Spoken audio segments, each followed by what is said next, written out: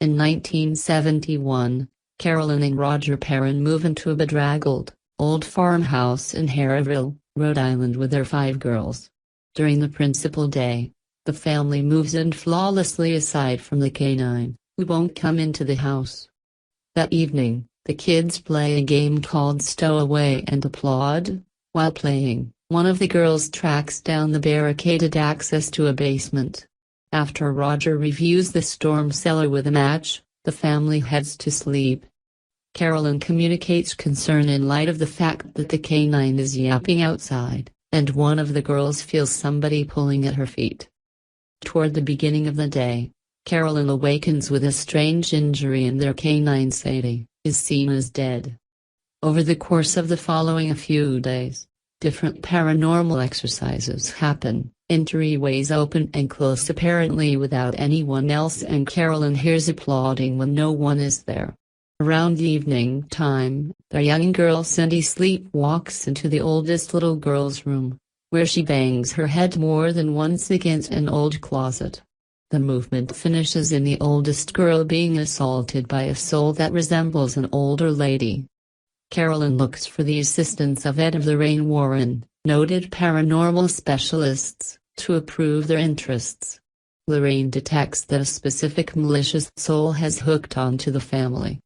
They lead an underlying examination, and close they ought to reach out, disclosing to the Perrin family that the house might require an expulsion.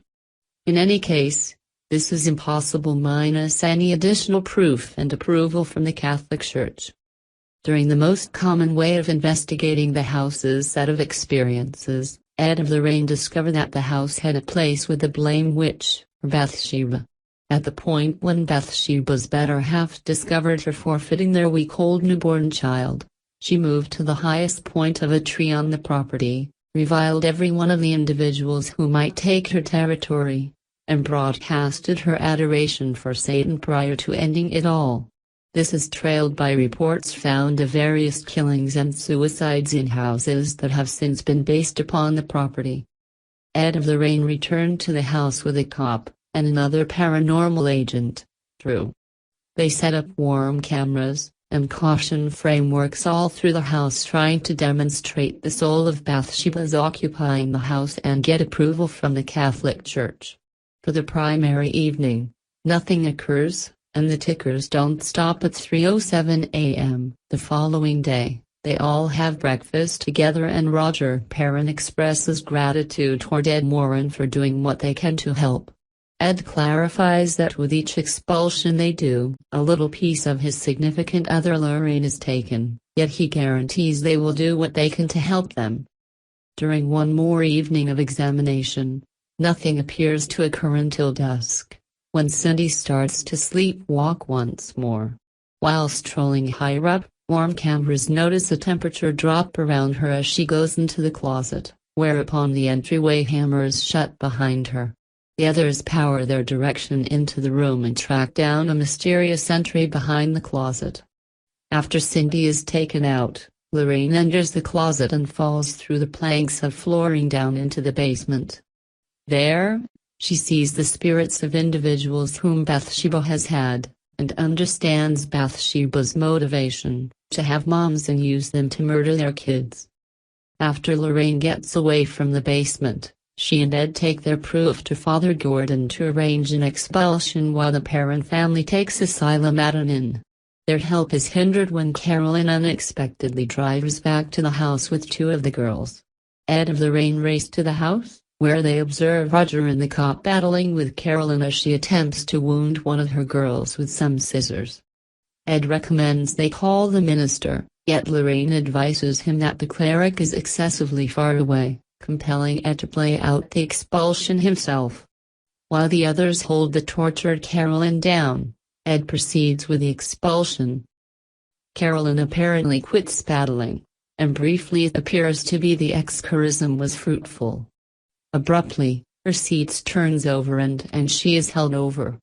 Ed shouts for the evil presence to put her down, and after a couple of tense minutes, she is delivered onto the ground. Ed surges over to Carolyn, and advises the evil presence to leave her body. Carolyn gradually goes to Ed and says, she's as of now gone.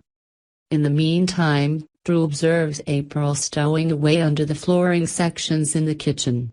He shouts down the basement that he viewed as her, and this alarms the demon inside Carolyn, and she runs up basement steps to track down April, to finish the penance. Ed of Lorraine Warren, alongside Roger, rush up the steps after her to prevent her from proceeding with it. Ahead, Carolyn pursues April through a passage under the sections of flooring. Carolyn seizes an April, and yet, Lorraine comes down through the floor and gets Carolyn's head. She advises Carolyn to recollect how much her family means to her, memorable, and everything she said to her with regards to the fact that they were so unique to her and that they mean everything to her, and what she would abandon assuming she proceeded with it. This appears to break through to Carolyn, as her face unwinds, and her breathing gets back to business as usual. The evil presence in her eyes appears to blur, and she puts April down. The scene changes to Carolyn being assisted of the front entryway, to a now bright morning. As she passes from boundary of the entryway into the daylight, the injuries on her skin disappear and she gets back to her typical self. Roger and Carolyn cheer with their family in the front yard, accepting each other, realizing that it's at long last finished. After they avert the evil presence at the parent family, the Warrens return to their home. The scene slices to Ed Warren going into his room of head articles and curios. He puts the old music box from the house on an unfilled space on the rack. Lorraine goes into the room, and they leave together. Following a couple of moments, the music box begins to play All Alone, and the camera gradually contains her back to the music box. The camera focuses in on the reflection of the open music box, and the music gradually grinds to a halt. The screen slices to dark, and the credits roll.